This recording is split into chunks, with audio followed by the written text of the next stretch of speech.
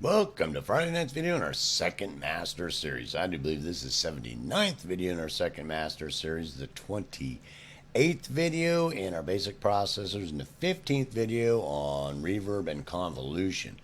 Now, I wanted to point something out really quick that, when we're talking about testing and things like that, RX was one of the purchases that I seriously recommended, or something that's equivalent. It's the isotope products are what I use, and RX is one of my fundamental tools for doing certain things.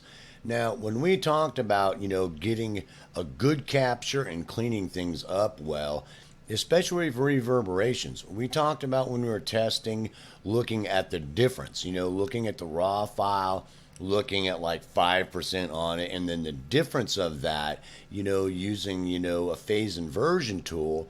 So, in that same breath, that any captures you have, that the actual room acoustics that are inherent in the capture can be detrimental to have on your production. If you've got a really nice room and you want to have those reflections and those reverberations and the frequency content from the response of the room, that's great. But a lot of us don't have that luxury, and we don't have those kind of environments. So that any stuff from your room coming into it, it can be detrimental. That's why a lot of people push like room treatments and stuff like that, where I push isolation, because it's a lot more effective than room treatments, because you're probably not going to get a really nice sounding room in your room, and you're trying to deaden sound. So your best approach is to, you're trying to stop bad things from coming in. And so no matter what comes back, it's going to probably conflict with whatever impulse response you're using and the frequency content inherent in it after you get done doing the things we've talked about, and sculpting them and cleaning them up and things like that, and cleaning up your captures. But something like RX6, they have this De-Verb plugin on there. And just this itself, we talked about the difference. Here's like a little short segment of this vocal. And here is after I put De-Verb on it, and what it took out of it. And it was pretty heavy with, they had processed it with heavy reverb. It was on the out front track, and it was really heavily processed with reverb. And, and delays also. So I went in there with the De-Verb, and this is the difference. Well, you basically will see that this is the actual what's coming out of it. The actual difference of it is a little bit different, because if I go in here like this and show the difference of it, or basically what I could do is process it and show you what it would look like processed. But that's not normally really easy to visualize unless you really, after a while, you get really good at visualizing what's missing. Does that make sense? And that comes from really digging into the stuff we've talked about so far in this short segment on convolution reverb, and really starting to see footprints of things that are happening, which will take time. But basically looking at this difference during the cleanup process, that it's showing you that, I'm really trying to push this on the effect of one of your big purchases, something like RX6 like this, to really get things cleaned up. Because all of this stuff, when you add this on there, if you remember when we were looking at the difference of when we were taking our phase inversion tool and and looking at the difference between the raw kick drum, what 5% processed with convolution reverb, and what the difference of that was, that this added on top of it is inherently going to conflict, right? So it causes a detrimental effect to your audio, which, like I said, that sometimes it, a really nice room and done really well and audio engineered well, and everything's been done from beginning to end well, that it doesn't take much. You don't really hear reverb going on. You hear really nice, lush, full, presence and atmosphere and ambience, that's imprinted onto the soundtrack, but not reverb. Does that make sense?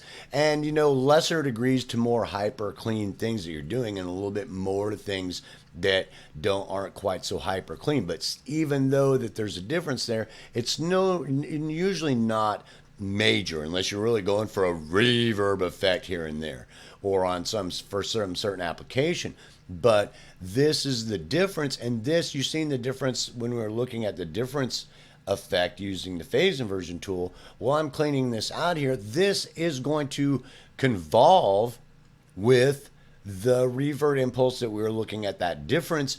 It's going to convolve with that. Those two differences are going to convolve together onto your track. So the problem here, it convolves frequency content, impulse response content, and they will conflict with each other, have no doubt. This can have a detrimental and negative effect to your track. So you really want to take this thought and really start to help you consider when you're getting captures, to get as clean a captures as possible, to have the room affect them as little as possible, unless it's a really nice room and you're wanting the effect of the room.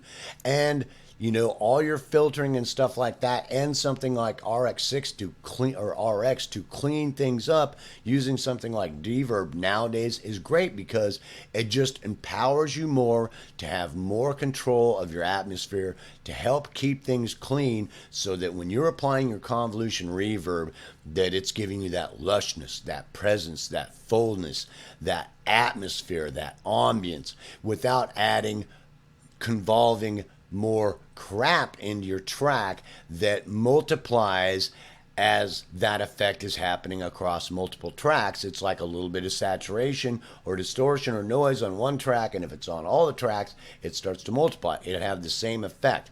Not only that, but it multiplies and convolves with whatever spatialization and bodybuilding you're doing with your convolution reverb that can have a detrimental effect. And most assuredly will, with a lot. And even a little can make the difference between a wow track and a that's not too bad.